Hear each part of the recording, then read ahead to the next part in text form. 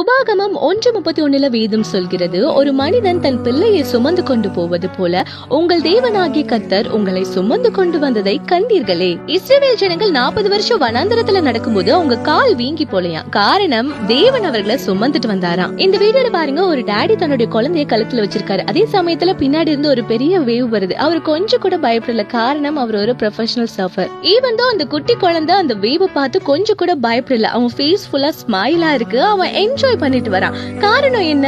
என் அப்பா என் கூட இருக்காரு, அவரு கையை என்ன பிடிச்சிட்டு இருக்கு, அவர் என்ன சுமந்துட்டு இருக்காரு, அவர் என்ன விட்டுட மாட்டாரு அப்படின்ற ஒரு நம்பிக்கையில அந்த குழந்தை ஜாலியா என்ஜாய் பண்ணிட்டு இருக்கான். அந்த டாடியையும் பாருங்க, எவ்வளவு பெரிய வேவ் வந்தாலும் என் குழந்தைய நான் விட்டுட மாட்டேன், அந்த வேவ்க்கு நடுவுல நான் அவனை சேவ் பண்ணுவேன், அவனை ப்ரொடெக்ட் பண்ணுவேன்னு அவர் ஹேண்டில் பண்ற விதம், அந்த குழந்தைய அவர் கேர் பண்ற விதம் பார்க்கவே ரொம்ப கியூட்டா இருக்குல்ல. ஒரு உலக தகப்பனே தன் குழந்தைய இந்த அளவுக்கு கேர் பண்ணி அந்த அலைகள் மத்தியில தன் குழந்தைய ப்ரொடெக்ட் பண்ணுவாருன்னா, பரலோக தகப்பன் நம்மள சும்மா விட்டுருவாரா? இந்த உலக தகப்பன்களை காட்டிலும் அவர் 1000 மடங்கு நல்லவரா இருக்கிறதுனாலதான் இந்நாள் வரைக்கும் உங்களையும் என்னையும் சுமந்துட்டு இருக்காரு. சோ எவ்வளவு பெரிய பெரிய அலைகள் வந்து பயமுறுத்தினாலும் அந்த குட்டி பாப்பா போல என்ஜாய் பண்ணுங்க. ஏன்னா நம்மள கேர் பண்ணி, சேவ் பண்ணி, ப்ரொடெக்ட் பண்ணி நம்மள சுமக்க ஒரு தகப்பன் இருக்கிறார். இதை மறந்துடாதீங்க. ஆமென்.